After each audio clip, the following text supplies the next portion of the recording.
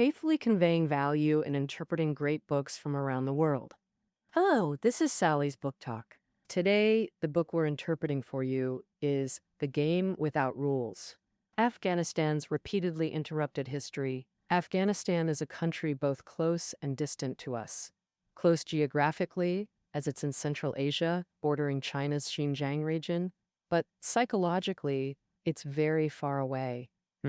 Due to the barrier of the Pamir Plateau, exchanges between China and Afghanistan were rare historically. Only eminent monks like Faxian of the Eastern Jin and Xuanzang of the Tang dynasty risked their lives to pass through Afghanistan to India seeking Buddhist scriptures. Why did they risk their lives? Because the road was too rugged. From Xinjiang into Afghanistan, the only way was through the Wakhan Corridor, a mountain path over 400 kilometers long, sandwiched between plateaus and mountains, entirely desert with harsh climate. With ancient transportation, travelers could only survive crossing Afghanistan with sheer willpower and a bit of luck.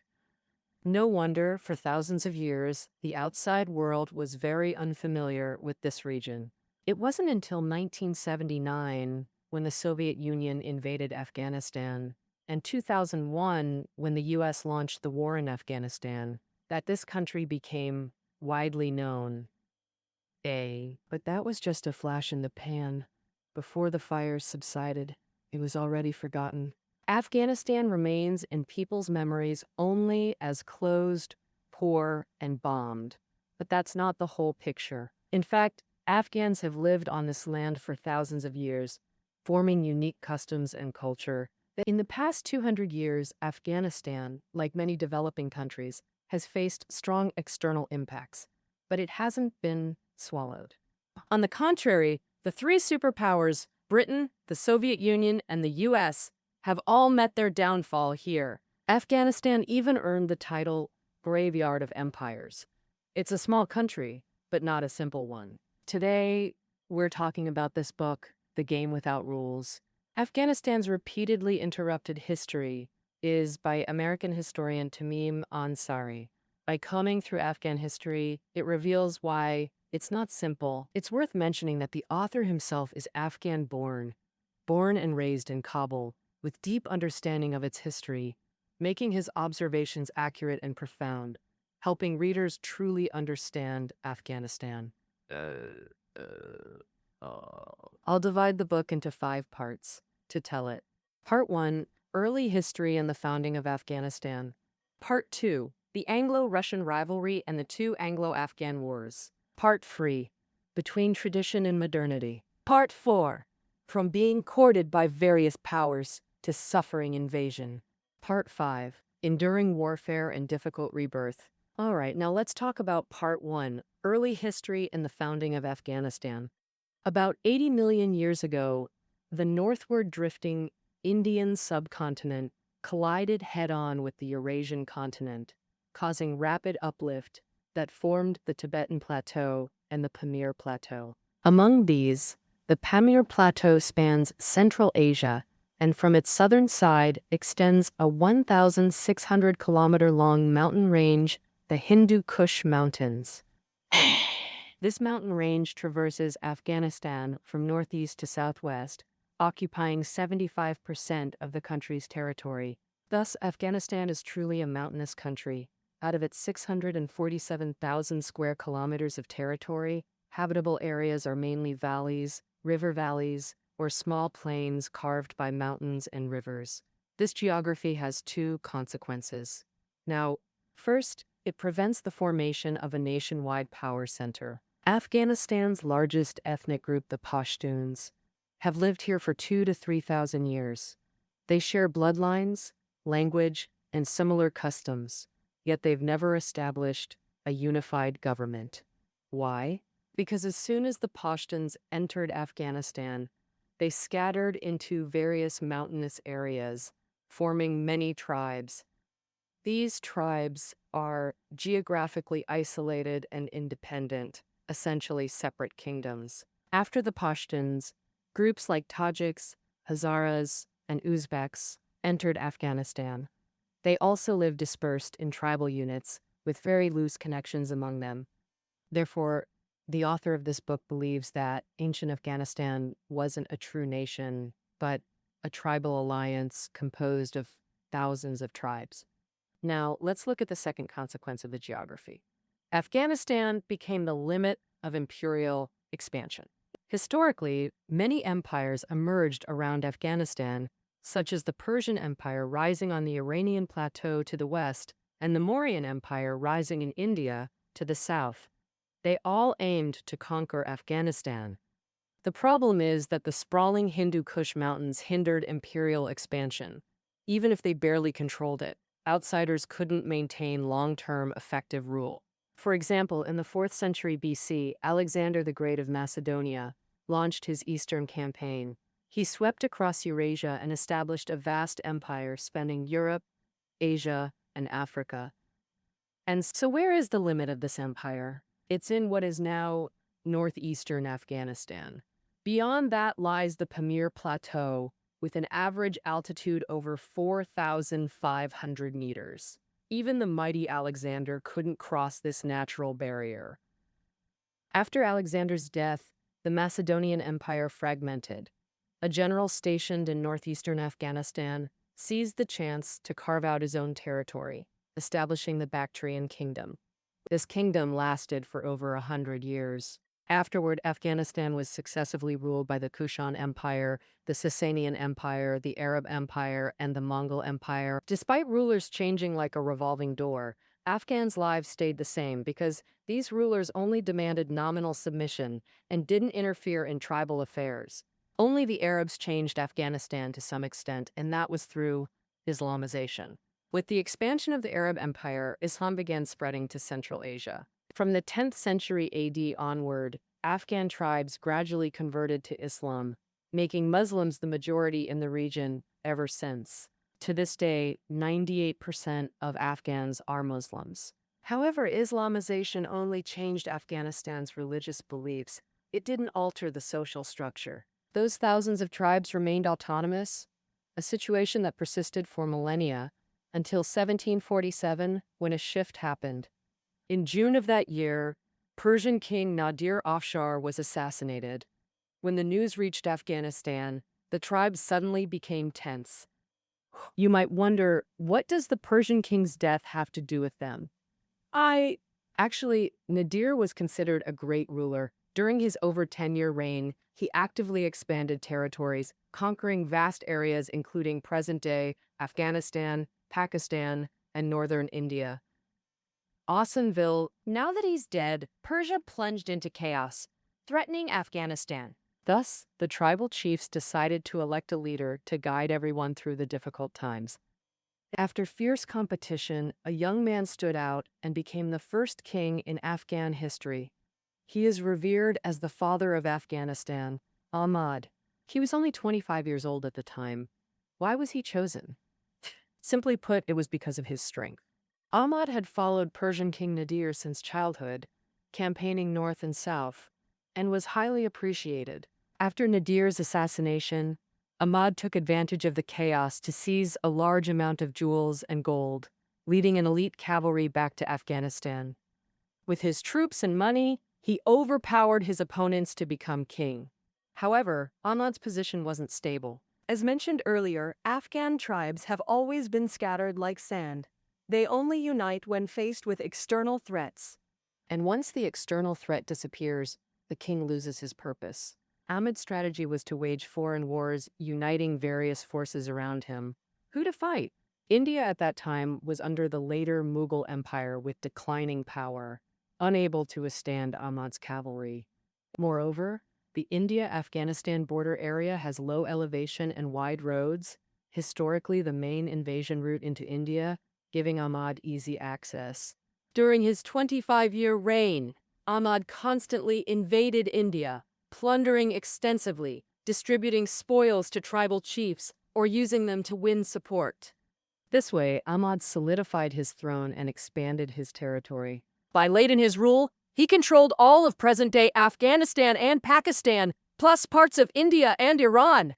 In the Islamic world, Afghanistan was the second strongest power after the Ottoman Empire. But this wasn't an empire in the usual sense. At the central level, Ahmad formed a committee of 9 advisors, all tribal chiefs. Any empire matter required their discussion and approval.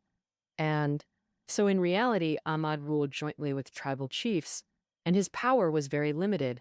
Once outside the capital Kabul, the king's orders were hardly effective. For Afghans, the real rulers were their tribal chiefs. The king's presence was weak. As a proverb illustrates, a good dog in the yard is more useful than the king.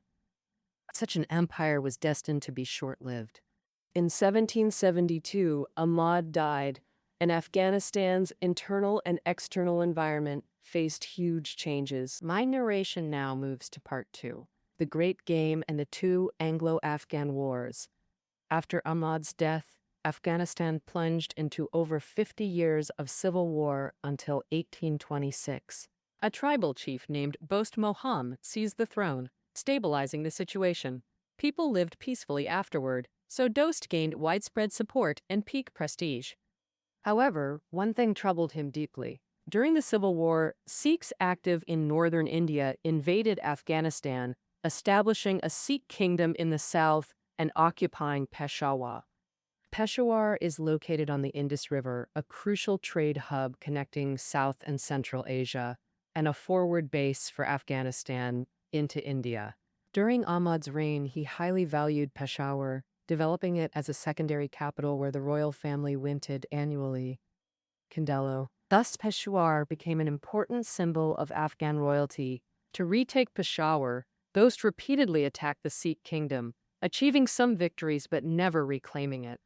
He realized his own strength wasn't enough and needed external help. But from whom? Dost began seeking allies. Then he discovered that while he was fixated on Peshawar, the surrounding situation had drastically changed from decades prior. Afghanistan was being squeezed between Britain and Russia from north and south. Since the 17th century, Britain had colonized the Indian subcontinent, turning most areas into colonies. By Dost's rise to power, the British Empire had infiltrated northwestern India, poised to enter Central Asia. Simultaneously, Tsarist Russia also targeted this region. For a long time, Tsarist Russia had suffered from lacking good ports. So they planned to seize Afghanistan, then move south to the Arabian Sea to control the Indian Ocean, clashing with British interests. Britain decided to block Russia in Central Asia, while Russia naturally resisted, striving to break the blockade. Thus began the Great Game, British-Russian rivalry in Central Asia, with Afghanistan as the focal point, due to its location. Both powers courted Dost, trying to bring Afghanistan into their sphere, and Dost saw an opportunity. He began engaging with Britain and Russia, hoping to use their power to reclaim Peshawar. Tsarist Russia showed great enthusiasm for this. They reached an agreement. Russia would station diplomats in Kabul, accompanied by a Russian military contingent. This meant Afghanistan was fully aligning with Tsarist Russia. At this point, Britain recognized the severity. Lord Auckland, Governor-General of British India, decided to invade Afghanistan. In late 1838, 30,000 British troops advanced from northern India into Afghanistan. The First Anglo-Afghan War erupted. After over 6 months, Britain captured key cities like Kandahar and Kabul. Seeing all was lost, Dost surrendered, was exiled to India, and Britain installed a puppet regime. Second, the British ruled Afghanistan, through him, creating an enclave in Kabul where they built offices, barracks, and lived British lifestyles. From then on, Western elements like polo matches, Western instruments, wine, and balls flooded into Afghanistan. The British became increasingly arrogant, believing themselves civilized people bringing fresh air to backward Afghanistan, and that Afghans should be grateful. Well, yeah. Little did they know, a crisis was brewing. Among the new things the British brought, others were acceptable, but one was too shocking: relations between men and women. Afghanistan had conservative customs where women usually stayed home. Appearing in public was considered indecent. But for the British, women attending social events like balls and gentlemen openly courting ladies were normal. Such different views easily caused conflicts. And, moreover, newly arrived British men, driven by curiosity about Afghan women, tried every means to approach Afghan nobles. More than once, these nobles found their daughters or sisters alone with British youths, chatting happily. These men would shake hands, hug, even kiss goodbye. Utterly scandalous behavior. A young diplomat named Burns, handsome yet frivolous, drew particular hatred but remained indifferent to local sensibilities.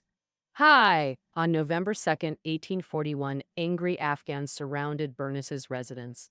Guards fired warning shots, escalating tensions until Burnas was killed on the spot and the mob stormed other locations. Riots engulf Kabul. Caught unprepared, the British retreated to their enclave, barely holding defenses. With external communications severed, the outside world remained unaware of Kabul's situation. After over 2 months besieged and starving, the British abandoned Kabul for India in January 1842.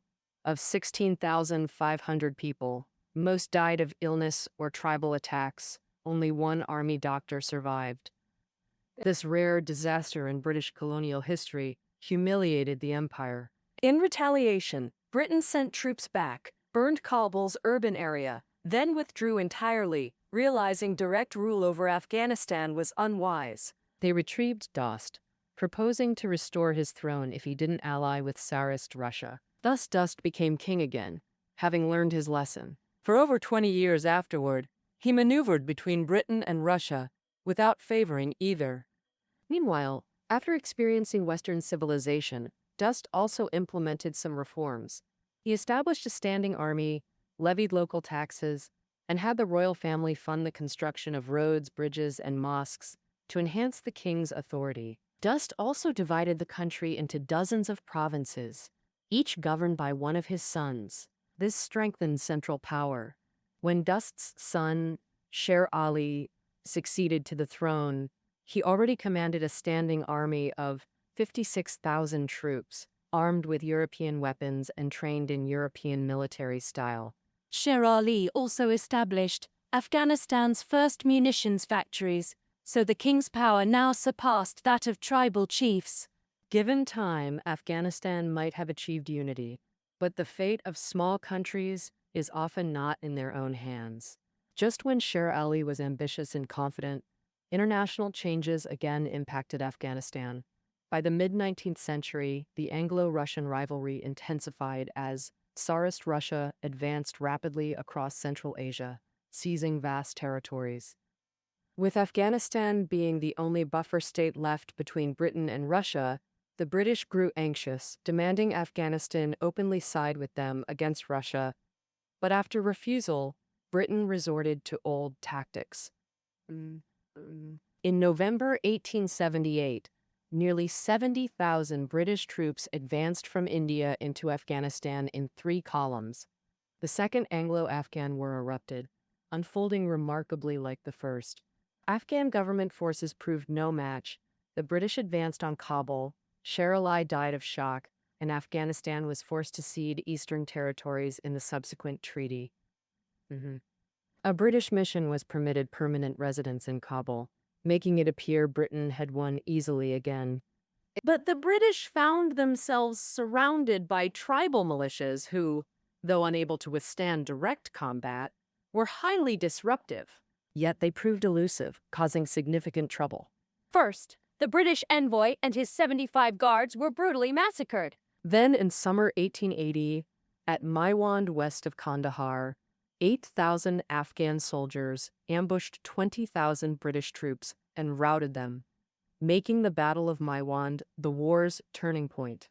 Thereafter, Britain completely abandoned conquering Afghanistan, handing power to Sher Ali's nephew, Abdur Rahman, before full withdrawal.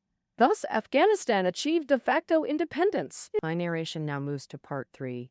Between tradition and modernity, Abdur Rahman reigned for 21 years, primarily accomplishing 2 major things. First, demarcating the borders. Before coming to power, Rahman promised Britain that he wouldn't align with Tsarist Russia or pursue Peshawar. To reassure the British, in 1893, Rahman and the British representative Durand established Afghanistan's southern border, known as the Durand Line. The Durand Line spans 2,640 kilometers, with Afghanistan to the north and British India's Peshawar to the south, belonging to the latter. By controlling this region, Britain could block Tsarist Russia's infiltration and lost interest in interfering in Afghanistan. And after setting the borders, Rahman banned citizens from traveling abroad, prohibited railway construction, and strictly controlled foreign information, posing as rejecting new things. Actually, he had ulterior motives. Rahman set up munitions factories around Kabul, imported British tech, and produced weapons non-stop. At its peak, Afghanistan's gun output nearly matched powers like Britain and Russia. Additionally, to win over Afghanistan, Britain provided huge annual financial subsidies. With this money and gear, Rahman built a 100,000-strong Royal Guard, a well-rounded force with infantry, cavalry, and artillery. More importantly, they were loyal to the king himself. What was the goal of actively developing military power? That was Rahman's second goal, achieving true unification. Rahman demanded tribes abandon autonomy and obey the king absolutely. Any resistance was crushed by his royal guard. Reportedly, Rahman waged over 40 wars against tribes in his life. With advanced gear, the Royal Guard won every fight. After conquering each region, Rahman appointed officials to manage it directly. To monitor officials and people, he set up an intelligence system, harshly punishing conspirators. Rahman once ordered rebels tied to cannon muzzles and blown apart to intimidate others. Under this high-pressure policy, the king's power grew immensely, and central control over regions strengthened dramatically. Afterward, Rahman began pushing modernization reforms. In the early 20th century, telephones, telegraphs, and hydro plants entered Afghanistan. Rahman's son, after succeeding, built roads in Kabul and bought cars. For a while, the elites flocked to it eagerly. They took pride in owning private cars, sparking modern transportation. It can be said that Rahman unified Afghanistan with an iron fist and kick-started modernization, but he only achieved partial success.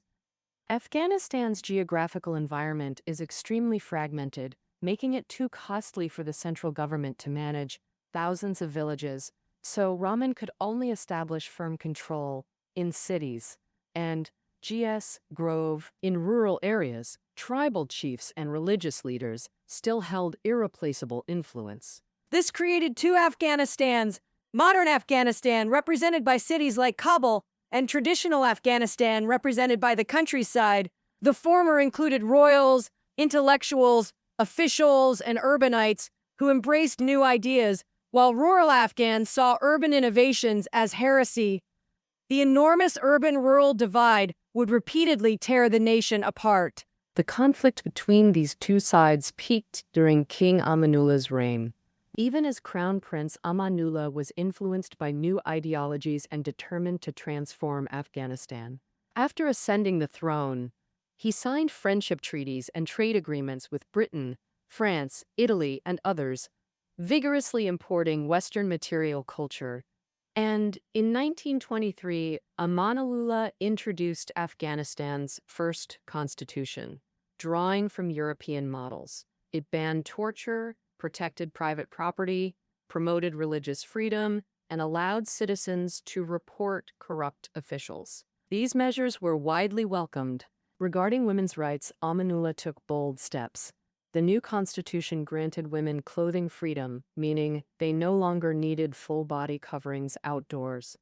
Fathers, brothers, and husbands were forbidden from forcibly preventing this.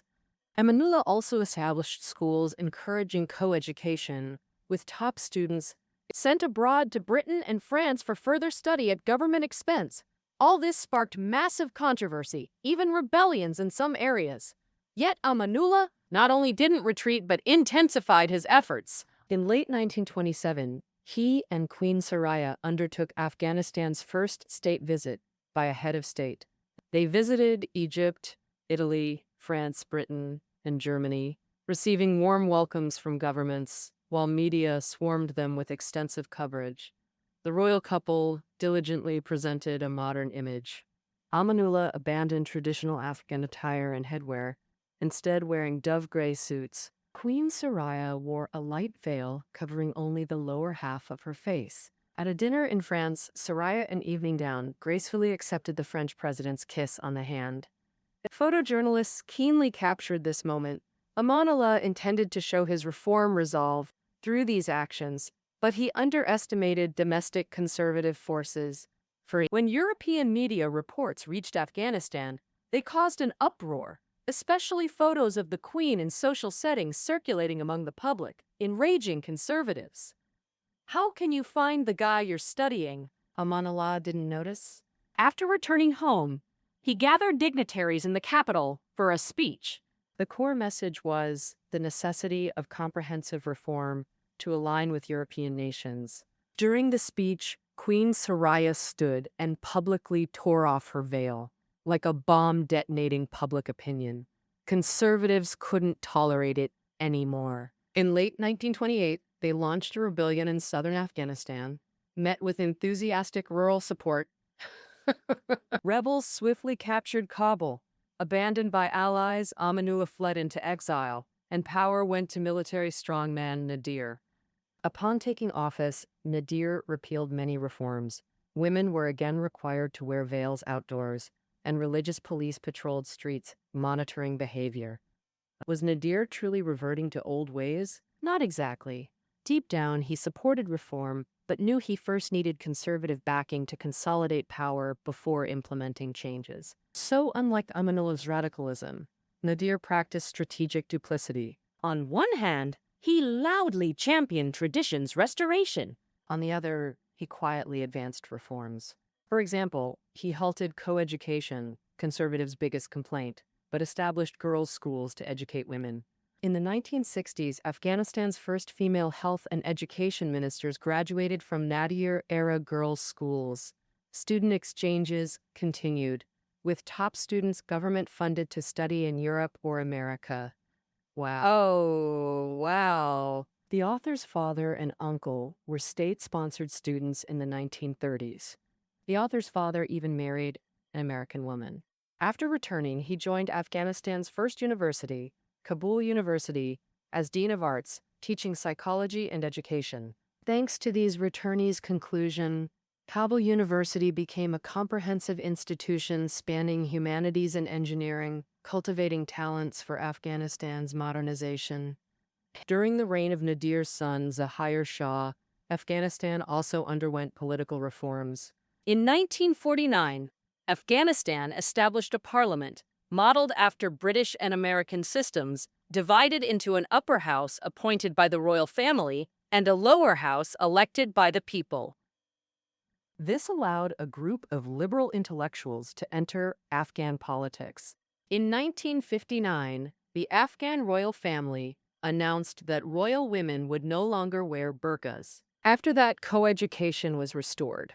After a 20-year interruption, the women's movement championed by Amanullah finally progressed slowly in a way acceptable to all parties. However, these reforms were largely confined to cities, with little change in rural areas. This was because of Amanullah's precedent. Reformers dared not disturb the rural areas, preferring to let them live traditionally under tribal leaders' control. Thus, by the 1970s, rural Afghanistan remained a tribal society, in stark contrast to modernized cities like Kabul, making the urban-rural gap increasingly pronounced. It was precisely this characteristic that would cause both the Soviet Union and the United States to fall into the pit, one after another. Part 4, From Being Courted by Various Powers to Suffering Invasion. I will now address this issue. If we count from 1880, when Britain completely withdrew, until the early 1970s, Britain and Russia shifted their strategic focus to Europe, easing their competition in Central Asia. So, for a long time, Afghanistan was almost forgotten. For a small country, this was actually a good thing. It thus avoided the ravages of both world wars and gained space for autonomous development.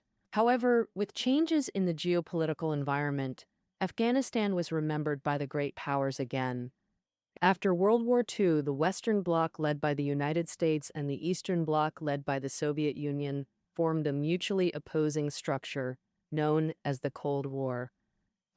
Afghanistan bordered the Soviet Union to the north, and to the south was a newly independent country. Pakistan received support from Britain, America, and others. In other words, Afghanistan was right at the forefront of the confrontation between the two blocs.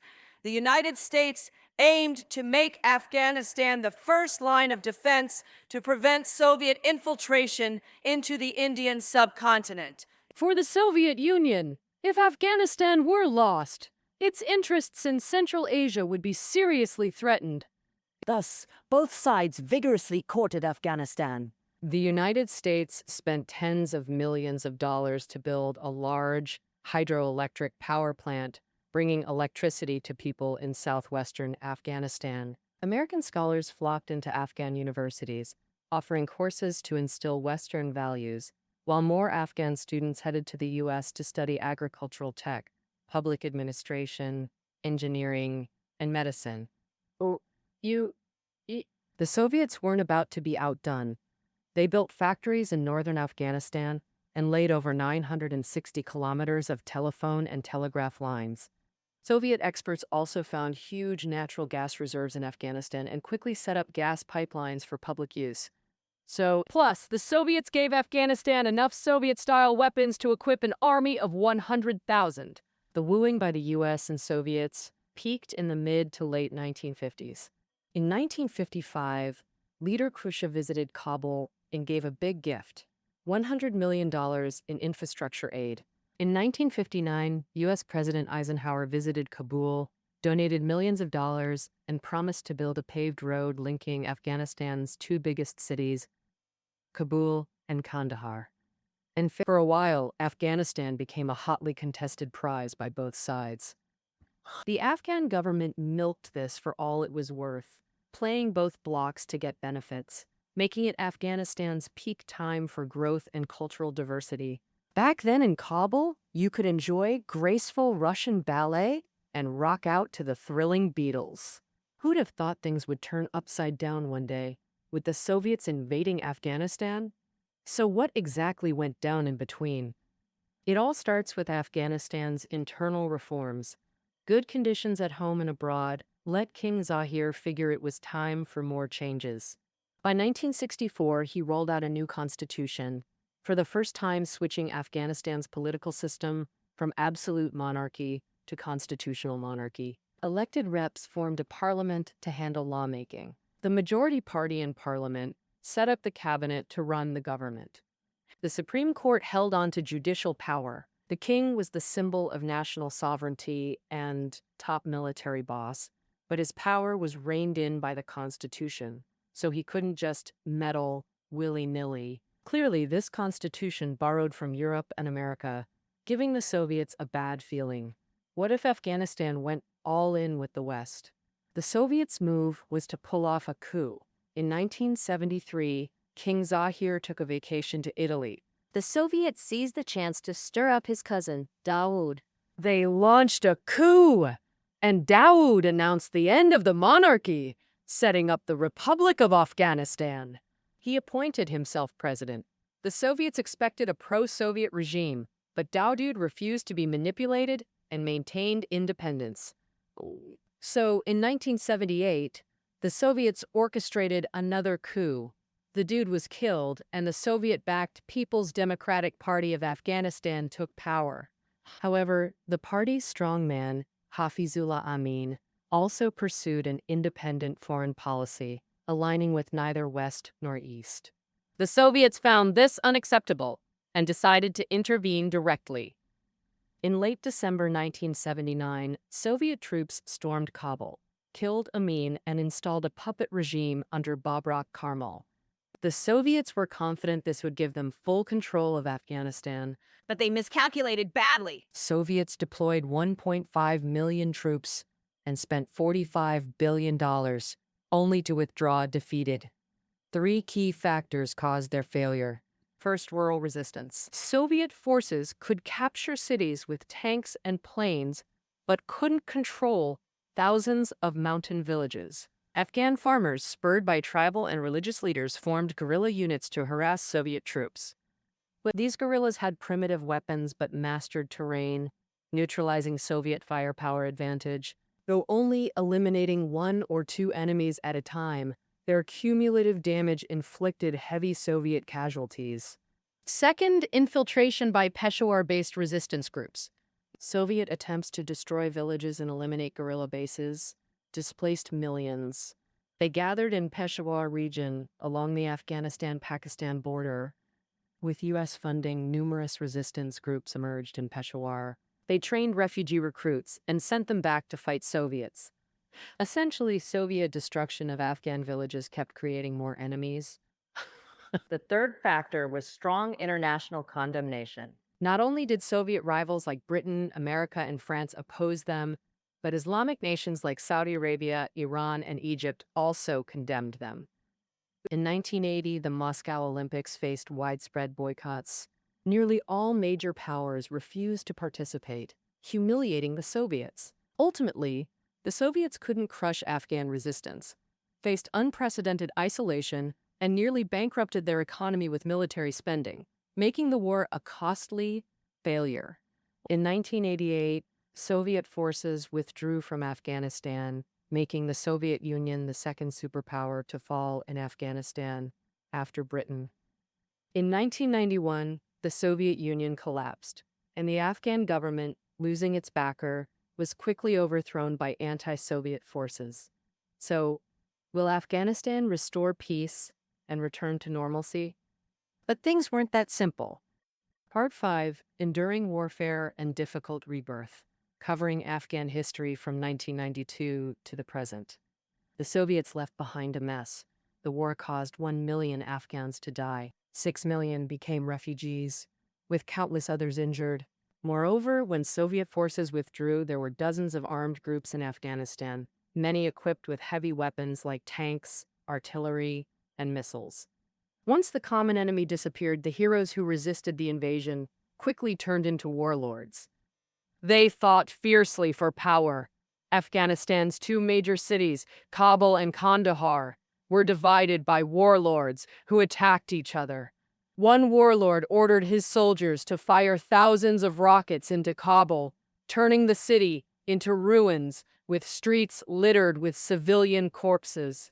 If the Soviets destroyed Afghanistan's countryside, then the warlord infighting destroyed its cities. The modernization achievements accumulated by Afghans over 100 years were thus completely destroyed. After over 2 years of chaos, an armed group called the Taliban began to rise. In Arabic, students from religious schools are called Taliban, meaning this is an armed force composed of students. Their leader was Mullah Omar. Omar was born in Kandahar, southern Afghanistan, joined the guerrillas in his youth, and lost his left eye in battle against Soviet forces. After the war, Omar returned home, entered a religious school to train as a cleric, but witnessed his former comrades in arms turn into warlords. Omar couldn't sit still. He believed they had all become corrupt, betraying their original faith. Now, only by strictly enforcing religious doctrine could Afghanistan be saved from disaster. So, Omar recruited over 800 students from his religious school to form an armed force, marking the origin of the Taliban. Around October 1994, a year later, the Taliban had tens of thousands of soldiers, hundreds of tanks, captured Afghanistan's second largest city, Kandahar, and third largest city, Herat, and controlled 9 of the 34 provinces. So, in a short time, the Taliban rose from an obscure local militia to Afghanistan's strongest military organization. How did they achieve this? The book's author attributes this to internal and external factors. First, internal factors. From the Soviet invasion to warlord infighting. For over a decade, Afghan civilians suffered from war, desperately craving stability. The Taliban addressed this by championing warlord eradication and order restoration. And In reality, whenever the Taliban captured an area, they did disband warlord militias, restore commerce, and bring stability to people's lives. Consequently, more civilians joined the Taliban, rapidly expanding its strength. Now, external factors. After the Soviet collapse, the U.S. believed threats in Central Asia had vanished and shifted attention elsewhere. Afghanistan's strategic importance plummeted. The U.S. government dismissed the Taliban's rise, unaware of its extremist ideology, a grave oversight with severe consequences. In September 1996, the Taliban captured Kabul and established the Islamic Emirate of Afghanistan, gaining nationwide control. Mullah Omar believed it was time to implement Sharia law, imposing religious doctrines on daily life, first targeting women's rights. Women were banned from public appearances. If venturing outside, they had to wear burqas covering head to toe, accompanied by male relatives. Women's rights to education and employment were also stripped away. Most absurdly, the Taliban barred women from becoming doctors, while forbidding male doctors from treating female patients. In other words, sick women were left to fate's mercy. Next, the Taliban banned all entertainment: music, movies, soccer, pets, even kite flying. They also destroyed cultural relics under the guise of religious violations. In March 2001, Omar ordered the destruction of the UNESCO World Heritage Site, the Buddhas of Bamiyan, shocking the world. Yet shock changed nothing. The U.S. government still didn't take it seriously until the September 11 attacks, 6 months later. On September 11, 2001, terrorists hijacked 2 planes, crashing into New York's World Trade Center and another into the Pentagon in Washington, D.C. Nearly 3,000 died in the deadliest terrorist attack on U.S. soil. Investigations revealed al-Qaeda orchestrated the attacks, a group deeply tied to the Taliban regime. From its inception, the Taliban was funded by Saudi billionaire Osama bin Laden. Bin Laden shared Omar's vision, imposing radical fundamentalism across the Muslim world, viewing America as the primary obstacle to be eliminated. The Taliban allocated land in southeast Afghanistan for bin Laden to establish training camps for religious extremists. The core 9/11 attackers trained at these al-Qaeda camps. After confirming these ties, America resolved to capture bin Laden and topple the Taliban regime. Their approach mirrored Britain and Russia, using local proxies to control Afghanistan. America chose the remnants of warlord forces, united as the Northern Alliance controlling northeast Afghanistan against the Taliban. In 2001, U.S. forces helped the Northern Alliance overthrow the Taliban and install a new government. By 2011, after U.S. forces killed bin Laden, Taliban leader Omar also died. Logically, stability should have followed, but didn't. The Afghan government's control remained limited to major cities like Kabul and Herat. Taliban remnants entrenched themselves across rural areas. Sheltered there, terrorists infiltrated cities to launch attacks. To stabilize the situation, America repeatedly increased troop deployments. In 2004, 15,000 U.S. troops. By 2008, over 30,000.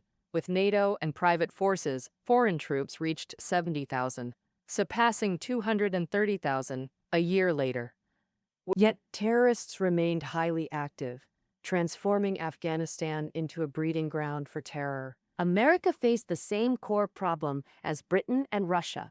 Superpowers always tried controlling Afghanistan through its capital, Kabul, assuming this meant national control. But as the author notes, Afghanistan lacks centralized authority. Regional autonomy is the norm. This reality doomed British and Soviet efforts, and America's.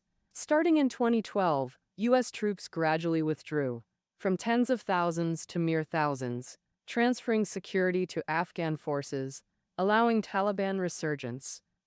And, as of this book's publication in 2018, the Taliban controlled over 1/3 of Afghanistan's territory, forcing the government to recognize them and engage in multiple peace talks.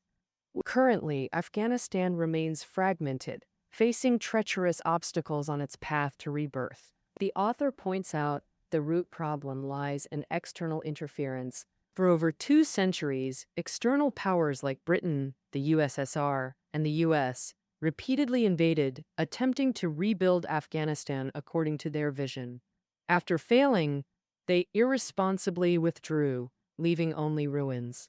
This repeatedly disrupted Afghanistan's natural historical progression, preventing its modernization. To this day, it remains a relatively conservative and fractured nation. This concludes our interpretation of the game without rules, Afghanistan's interrupted history. Reading notes are below the audio. See you next time. Hello, Sally's Book Talk. Can you recommend some new books? You got it! New books are here, new books are here! This week's recommendations: Saudi Music Graffiti from Guangxi Normal University Press and Migration, Incredible Animal Journeys from Tianlai Library and Beijing United Publishing. Subscribe to New Books Arrived for more exciting book updates.